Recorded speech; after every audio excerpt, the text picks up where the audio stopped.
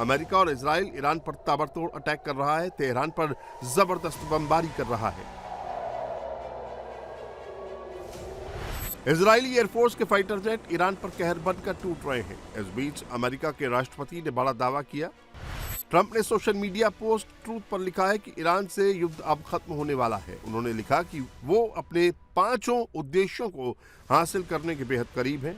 Trump ने जो 5 उद्देश्य बताए हैं उसमें पहला है ईरान की मिसाइल क्षमता, लॉन्चर और उनसे संबंधित हर चीज को पूरी तरह से नष्ट करना। दूसरा है ईरान के रक्षा औद्योगिक आधार को नष्ट करना। तीसरा, ईरान की नौसेना और वायुसेना के साथ विमान रोधी हथियारों को समाप्त करना। चौथा, ईरान को परमाणु क्षमता के करीब ना पहुंचने देना और हमेशा ऐसी स्थिति में रहना जहां अमेरिका ऐसी स्थिति फिर से होने पर तुरंत और प्रभावी ढंग से प्रतिक्रिया दे सके। और पांचवा, इजराइल, सऊदी अरब, कतर, संयुक्त अरब अमीरात, बहरीन, कुवैत और अन्य सहित अपने मध्य पूर्वी सहयोगियों की सर्वोच्च स्तर पर सुरक्षा करना। साथ ही ट्रंप ने ईरान को आतंकी देश बताया। Iran executed 3 people this week. Terrible. You have vowed strong action in the past. What message would you send? Well, we've been hitting them awfully hard. I mean, I don't know if you can possibly get hit harder, but these are thugs and animals and horrible people. But you can't hit anybody harder than we've hit them. But I'm not surprised. They executed 3 young people. Iran के खिलाफ जंग में कल तक जो Britain America का साथ नहीं दे रहा था, अब उसने अमेरिका का साथ देने का ऐलान कर दिया है। मिडिल ईस्ट में जारी जंग के बीच ब्रिटेन ने अपनी पॉलिसी में बड़ा बदलाव किया है। ब्रिटेन ने अब अमेरिका को ईरान के खिलाफ अपने सैन्य बेस इस्तेमाल करने की अनुमति दे दी है। अमेरिकी सेना ब्रिटेन की RAF फेयरफोर्ट और हिंद महासागर में स्थित डिएगो गार्सिया सैन्य बेस का इस्तेमाल कर सकती है। यानी अमेरिकी फौज अब ईरान की सैन्य क्षमताओं को कमजोर करने के लिए और ईरान की मिसाइल लॉन्च को तबाह करने के लिए ब्रिटेन के सैन्य बेस का इस्तेमाल कर सकती है।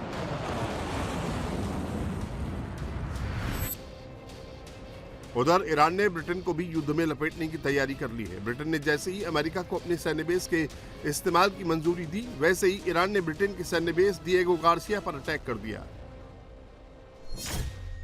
ब्रिटेन का Diego Garcia military base Hind महासागर में है, जो ईरान से 4000 किलोमीटर दूर है। बताया जा रहा है कि यहाँ 2 इंटरमीडिएट रेंज के मिसाइल से अटैक किया गया है। इसके बाद सवाल उठने लगे हैं कि क्या ईरान के पास इंटरकॉन्टिनेंटल मिसाइल है। लेकिन ईरान ने डिएगो गार्सिया पर अटैक कर ब्रिटेन को ट्रेलर दिखा दिया है कि उसकी पहुंच है लंदन तक।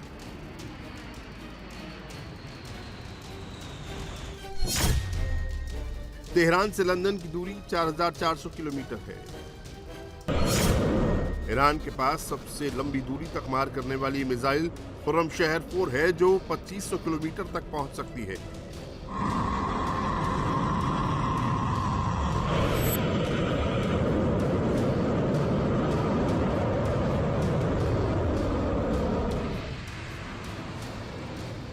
ईरान ने इजराइल से बदला लेने के लिए मिसाइलों की 70वीं वेव लॉन्च की है।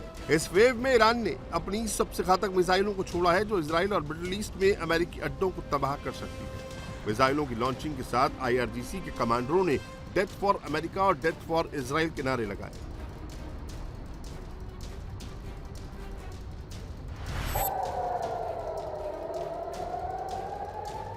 ईरान अब एक हमले में 80 से ज्यादा टारगेट तबाह करने की क्षमता वाली बैलिस्टिक मिसाइलें इजराइल पर दाग रहा है। इन मिसाइलों में क्लस्टर वॉरहेड लगे हैं। इजराइल का एरो और आयरन डोम एयर डिफेंस अगर इन मिसाइलों को हवा में मार भी गिरा दे तो उनमें लगे क्लस्टर बम तबाही मचा सकते हैं। नीचे रात के अंधेरे में जुगनू की तरह जगमगाती इजराइल की राजधानी तेल अवीव है। आसमान में ईरान की राजधानी चमकते हुए तेजी से नीचे आती है। एक मिसाइल एयर डिफेंस को चीरती हुई इजराइल की राजधानी तेल अवीव का सीना फाड़ देती है। इजराइल को ईरान भरपूर जवाब नहीं दे पा रहा है। हाइफा जैसे इंडस्ट्रियल और मिलिट्री बेसों पर बहुत बड़े हमले कर रहा है। ईरानी मिसाइलें लगातार टारगेट पर गिर रही हैं। ईरान इजराइल पर ताबड़तोड़ अटैक कर रहा है और इजराइल भी ईरान पर बमबारी कर रहा है, उसकी टॉप लीडरशिप को मार रहा है। लेकिन ट्रंप का कहना है कि इजराइल भी चाहता है कि युद्ध खत्म हो।